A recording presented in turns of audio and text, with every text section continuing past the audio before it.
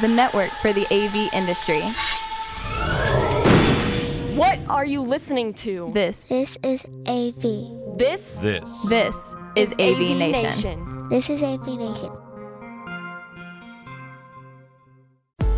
This is an AVNation Special. My name is Tim Albright. I am your host. Some months ago, actually almost a year ago now, an old friend of this program and actually eventually an underwriter of this program, Justin Kennington, started an alliance with a number of other folks. It was called the SDVoE Alliance. And we're talking with him today. And why I wanted to do this program is because not only did he have founding members, he also has some integrators who have joined the alliance, and I thought that was interesting. So first and foremost, Mr. Justin Kennington, president of SDVoE. How are you, sir? Good, Tim. Good morning, and thanks for having us all on. Absolutely. Also with us are the two integrators that joined the alliance. First and foremost, Mr. Ray Harding from IVC Tech in Somerset, UK. How are you, sir? Very well, thank you. And also with us is Edwin Look. Edwin is from Converge, technically from Canada, but Edwin is joining us from Hong Kong. Welcome, sir. Thank you for having me on. Absolutely. So, Justin, I want to start with you on this, just to give folks a backstory. And so January of 2017, I want to say, I don't know if that's when the incorporation happened, but that's when we got the first press release about the SDVoE Alliance. You had a core number of quote unquote founding members. That's what you called them, the founding members. Talk about who those were and why it was important to get those folks on first. Well, you have to have founding members to found an alliance. It was really a group of members who really have a strong belief in this particular technology and in this particular approach, right? That belief is that AV needs to be fully converged with IT, that is the way forward, that the AV industry needs to be pushed in that direction, and that the IT industry has a lot to learn in order to accommodate us. And so SDVoE is here to accelerate the transition of AV signal distribution onto Ethernet networks, to accelerate the integration of AV systems and IT systems into unified infrastructure. And so the founding members were that group of folks and companies who most strongly believed in that vision. And I personally am very proud of the diversity of that group. So just to list the names off, there's a Quantia, manufacturer of chipsets focused on 10G-based PHY technology. We have Christie Digital, of course, major manufacturer of display systems. We have Netgear, from outside the pro AV industry entirely, right? An IT company who understands that this collision with AV is happening and wants to be at the forefront. Semtech, the company that I work for in my day job, who provides some of the chipsets and technology that drive SDVoE. Sony, again, another big-time manufacturer of professional AV display systems and everything else around AV. And ZV, a company who has been building what is now SDVoE technology since the beginning of that technology for about 3 years now. So we all got together and said that we need to find a way to work together to build this group of 6 into something even larger in order to educate the pro AV market on the value of convergence with IT and to make that transition easier. So since our founding about a year ago, as you mentioned, we've grown the alliance to a full 28 members today, still growing that. And we've continued to focus on a diversity of members, right? It's about all the different perspectives and expertise that these companies bring. So we're not just a bunch of encoder, decoder manufacturers trying to sell encoders and decoders. Of course, we have those manufacturers, but we have switch manufacturers. We have infrastructure vendors like Belden, Panduit, and Clearline. We even have a pure software company in the alliance called ViewWall. The way SDVoE is structured allows them to have a voice and have a place, because when your AV system is software defined, that means there's a clean layer and a software company can come in and manage systems without having to be intimately familiar with building hardware. And then the last piece of the puzzle, the reason we're here today, is that we've had interest and we've had members join who are system integrators, right? So that really gives us all the pieces of the ecosystem: encoders, decoders, the switch and infrastructure technology, software to run the thing, display companies, and now guys with real expertise and foresight in how these systems need to be designed, installed, and deployed. Well, yeah, and let's talk about that because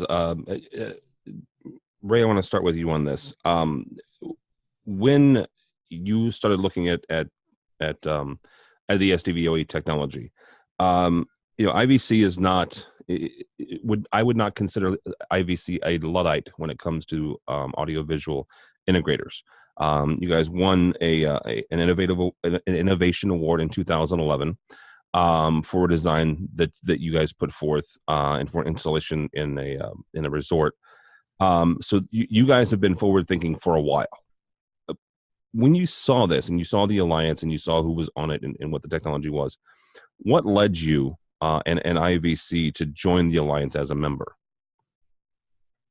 Well, I think the first thing is looking at the list of adopters already there. I mean, the first one that catches your eye is Sony, who we do a lot with Sony, and they're obviously a brilliant and well-respected organization. Netgear, what are they doing here? And because they're not an AV company, yeah. But at last somebody seems to get the message that tomorrow's AV is all about today's IT. If we don't connect with IT companies, then we're doomed. If we think we can bury our heads in the sand and just carry on doing AVC as normal, it's not going to work. But so these seeing this SDVoE appear on my screen, and knowing all the problems we've had trying to get this kind of technology adopted. In other words, one of my sayings on our website was that basically any kind of technology that's IP addressable can sit comfortably together with any other IP addressable products, irrespective of what their application is. And so my idea is that if it's IP addressable, then the answer is yes. What's your question? Because we on that system down in the Cape Verde Islands, we put 16 different types of application onto that network, from electronic door locks on the hotel bedrooms to fire and smoke detection in all of the rooms in all the hotels, the apartments, the beach bungalows and everything else, as well as broadband, 50, 60 channels of a high definition television. The whole place, the whole circumference of the building the whole complex is all done out in CCTV security. There's just masses of totally different technologies all sitting comfortably together and working happily together on one single fiber throughout the estate, with backup fibers and a reverse path redundancy in the event that somebody chops through the main feeder cable. And so, but we couldn't get anybody else very few other people to get interested in it. Problem is in the UK is legacy, and there's a number of people who own different things from over the years. So you can't do this because you can't do that because the list was about 2 pages long why we couldn't, and about 2 lines why maybe we could. And so when I saw this, what looked like a big organization coming into being, I thought we've got to get on to this and fly on their coattails and hope at long last we can start getting some traction with the idea of IP addressable technologies running all together on an IT network. There's a really great point in there that Ray's making, which is, in AV, I think we spend a lot of time worrying about the concept, the idea of interoperability, right? Can this little AV transmitter work with that little AV receiver?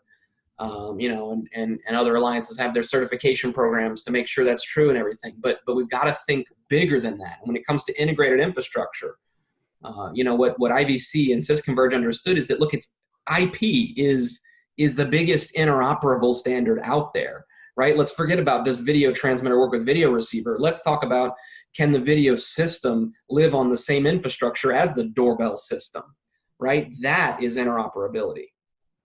And that's why this is such an interesting time for Pro AV. Yeah, absolutely.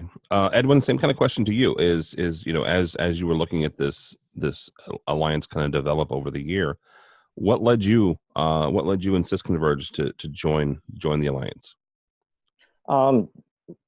We echo the same message that Ray just said.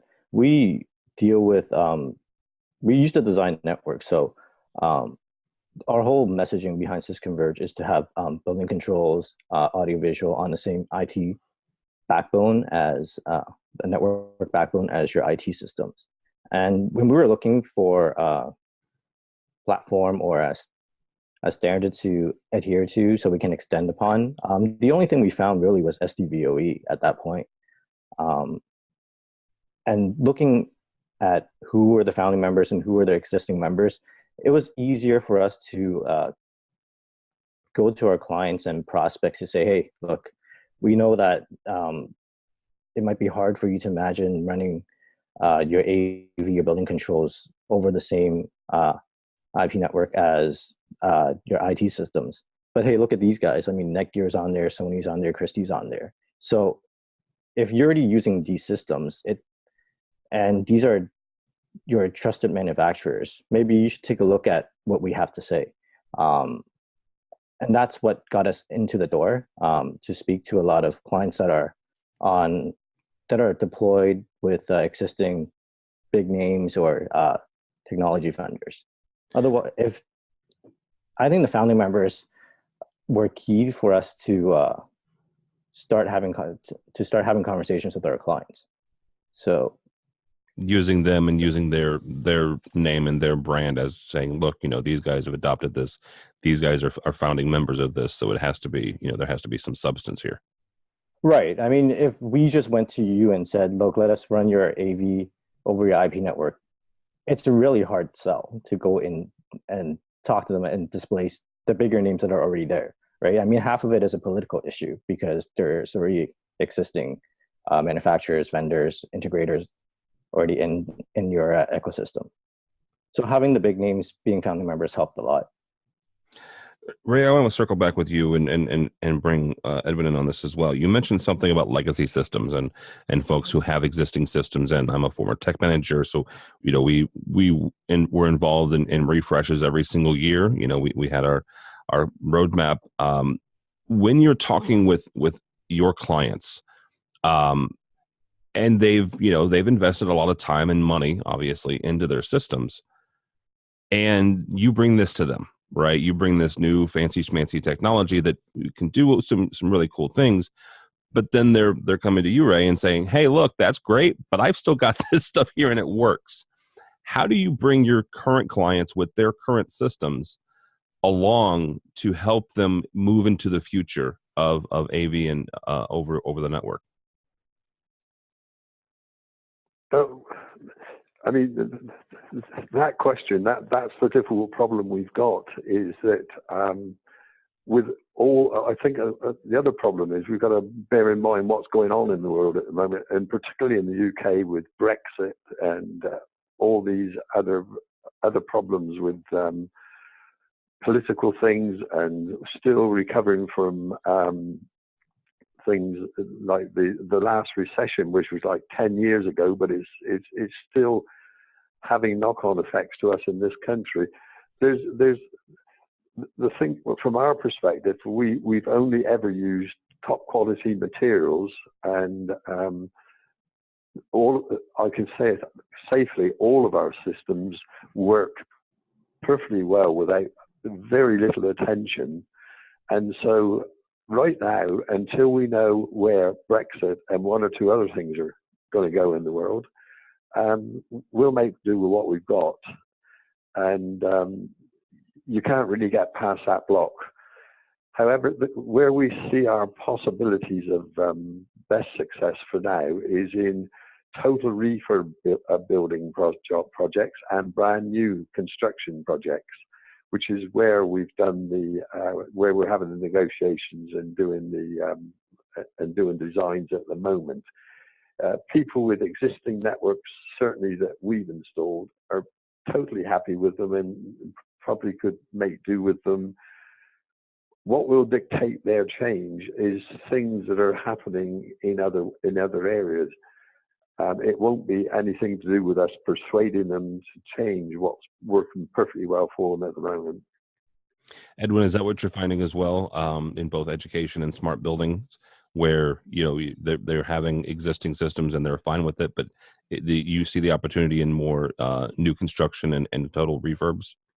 For sure. I mean, it's easier to talk to someone that has a blank sheet of paper to start with, right? But with our existing clients that have AV deployments and setups that are currently working well for them, we do the same thing. We continually to educate them about the benefits of having your AV network on top of your IT network, and there is resistance, but at the same time, if they're thinking about upgrading and there has already been issues upgrading because of interoperability or new things don't fit with old things, we usually just tell them, look, if you buy a new computer, you plug it into your network, you expect it to work, right? So what if you can do that with your AV system, right? What if you don't have these headaches later on? So we understand right now that you don't have a need to upgrade your existing equipment, but what if upgrading is as easy as that, right? No one actually thinks, if I buy, for example, a new Dell laptop or a new Mac laptop, what do I have to do to get it on the network? No one thinks about that. But what if it could be that easy for your AV network as well? Justin, I would go ahead. Sorry, go ahead, Rick. I would concur with that. But so far, the question has been about assuming we're talking to the decision makers within each of our customers. What we must take on board as well is the resistance that we're meeting from their IT departments. Like we're not having that on our network for various reasons. Some are rather bloody minded, some are nervous, some understand what we're doing and realize that their networks are just not up to it. But they are perfectly all right for what we're doing at the moment. So that is probably one of our biggest area of resistance is the IT department. So to try and overcome that and get on side with them and talk their language, we are running a parallel experiment at the moment to integrate with a very prestigious IT company whose roots go back to 1972. Oh, wow. And they're now assisting us in this problem. And if it all works out well, then our companies over the next, certainly during the start for somewhere in 2019, our two companies will merge together and we'll have the total picture from both sides of the fence to take to clients, but also to take to the IT people and give them the reassurance that these guys are on your side and let's work together. On the Wimbledon project, they have their own staff. Now there's 6,000 live data points there. With on top of that, there's 2,000 VoIP telephones and just over 2,000 display screens. And working with them, we've been working with them for 15 plus years as the provider of all the service, of all the maintenance there. And so we were well known to them, and they all just dropped in together and rolled up their sleeves and done a fantastic job. That was the ultimate in collaboration, but it was born out of experience and time situations, not out of meeting people for the first time. Justin, from SDVoE Alliance's standpoint, what kind of programs have you guys developed or are developing to help folks like Ray and Edwin do just what Ray was talking about, is overcome the resistance. Speak from the the language of IT. That was a phrase he said that I even scribbled down here in my notes, because it's something I'm always thinking about. I think one of the biggest challenges to AV-IT convergence is simply a language barrier, right? You know, when the IT guy comes in and says, do you have Active Directory support on a Radius server and 802.1x? You know, if the AV guy just sort of looks at him dumbfounded, then he's not going to get the credibility he needs to be able to pitch the benefits and drawbacks of different approaches to AV systems. So a huge part of the Alliance's mandate is education, and a lot of that comes in the form of educating AV designers, integrators, anyone in this AV world on how to understand IT systems. I'm not going to try and train every AV integrator to become an IT director, but exactly as Ray said, to speak that language, to be able to have credibility so that collaboration can really happen. So to that point, like the next major items we have coming up at ISE in Amsterdam this February, the Alliance is putting on 8 different training courses around SDVoE system architecture, but also some specific courses around how to do AV systems on Ethernet. These are not even really SDVoE courses. This is a course about how to manage an IT system that needs to handle AV. That course is being given by Laurent Massia of Netgear, and even comes with CTS credits, because we see this as an important service that the Alliance provides to the industry. Edwin, I want to wrap this up with you and get all three of your perspectives. We're recording this at the end of 2017, right? We mentioned the fact that the Alliance is almost a year old now. Take out, your roadmap, and where do you see this technology going in the next year to 18 months? I think most of it has to be an application or a software-defined approach to it, where you can program your own extensible applications to suit your clients, right? And having the comfortability and to know that it will work reliably over the SDVoE platform. I think that's the biggest thing that people don't have right now in the industry, is where you can plug an application here and expect it to work over AV and other systems like building controls. So our main vision is to have something that is triggered from a building sensor to display something on that AV solution, and to know that it's going to work reliably. That is the main reason why we went to SDVoE, because they did have a standard, right? So that's what I feel would be the biggest movement in 2018, 2019. Okay. Ray, same kind of question to you. Where do you see the technology going? Well, the technology it literally speaks for itself. If you think you're in the AV industry and know what you're talking about, it's down to us. It's a no-brainer that SDV over Ethernet is the way forward. Even down to designing a brand new building. Before, when we were all doing everything in analog and early day digital, just the design of a building had to take into account the sheer weight of the amount of cabling that goes into the building.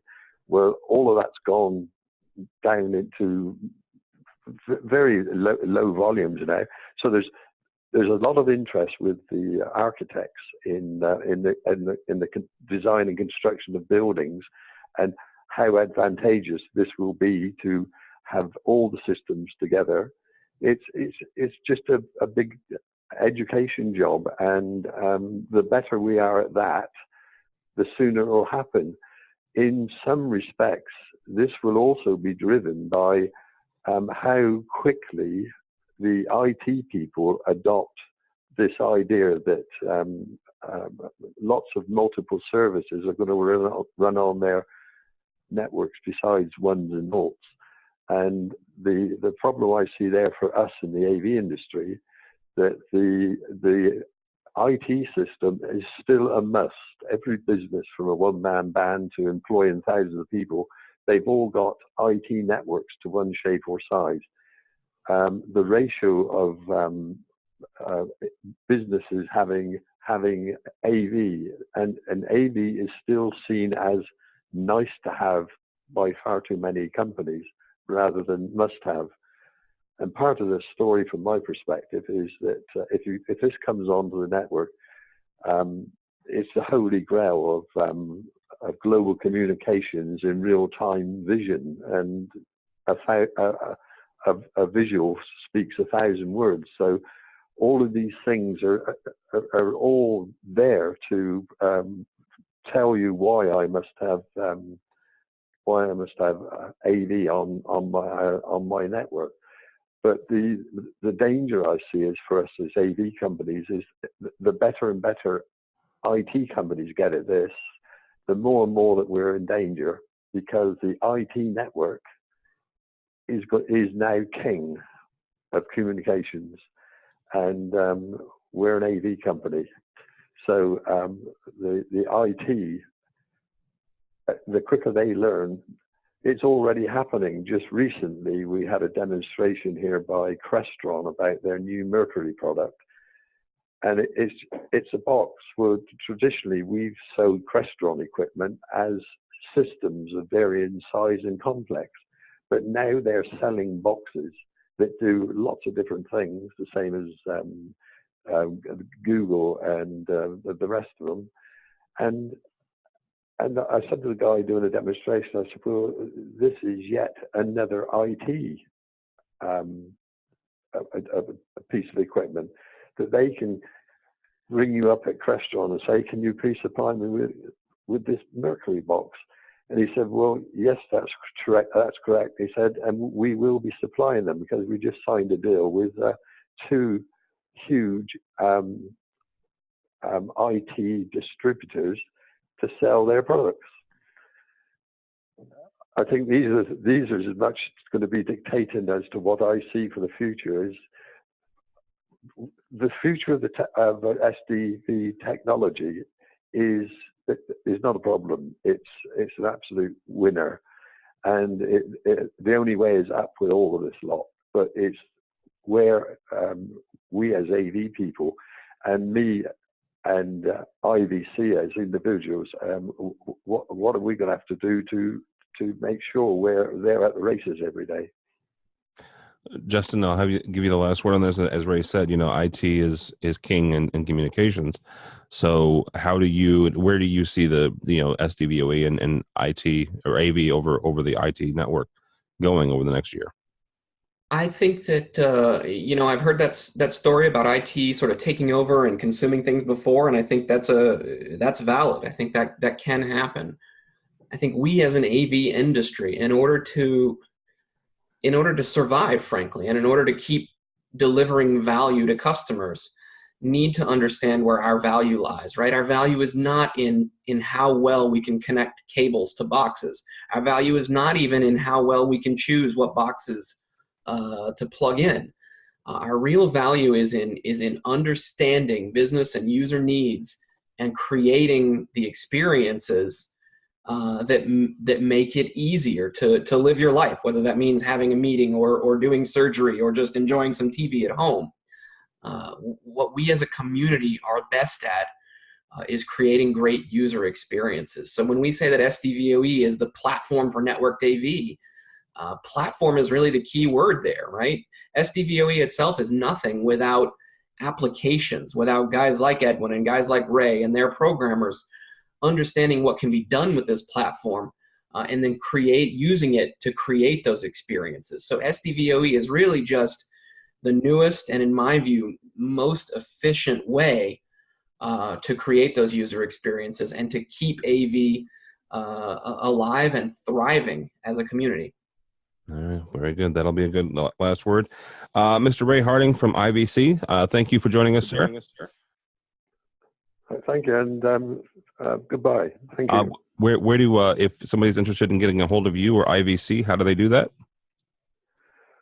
Well, you can get us on the obviously on the website. We've got all our details there, which is IVC Tech, IVC TECH Tech, all one word, .com. All right, very good. Mr. Edwin Luck from SysConverge, thank you, sir. Thank you so much for having us on. Absolutely. And how do people get a hold of you? Same thing. You can find us on our website. It's www.sysconverge.com. So that's SYSCONVERGE.com. All right, very good. And Mr. Justin Kennington, thank you as always, sir, from SDVoE. How do people find you? Thank you, Tim. You can get our website, www.sdvoe.org. Follow us on Twitter at SDVoE. All right, very good. My name is Tim Albright. Don't follow me, but go by the website if you would, please. AVNation.tv, AVNation.tv. You will find this program and a host of others. While you're there, make sure you check out our ISE 2018 coverage already starting now, and we'll be following what the SDVoE folks do in Amsterdam as well. So thank you so much for listening. That's all the time we have for this AVNation Special.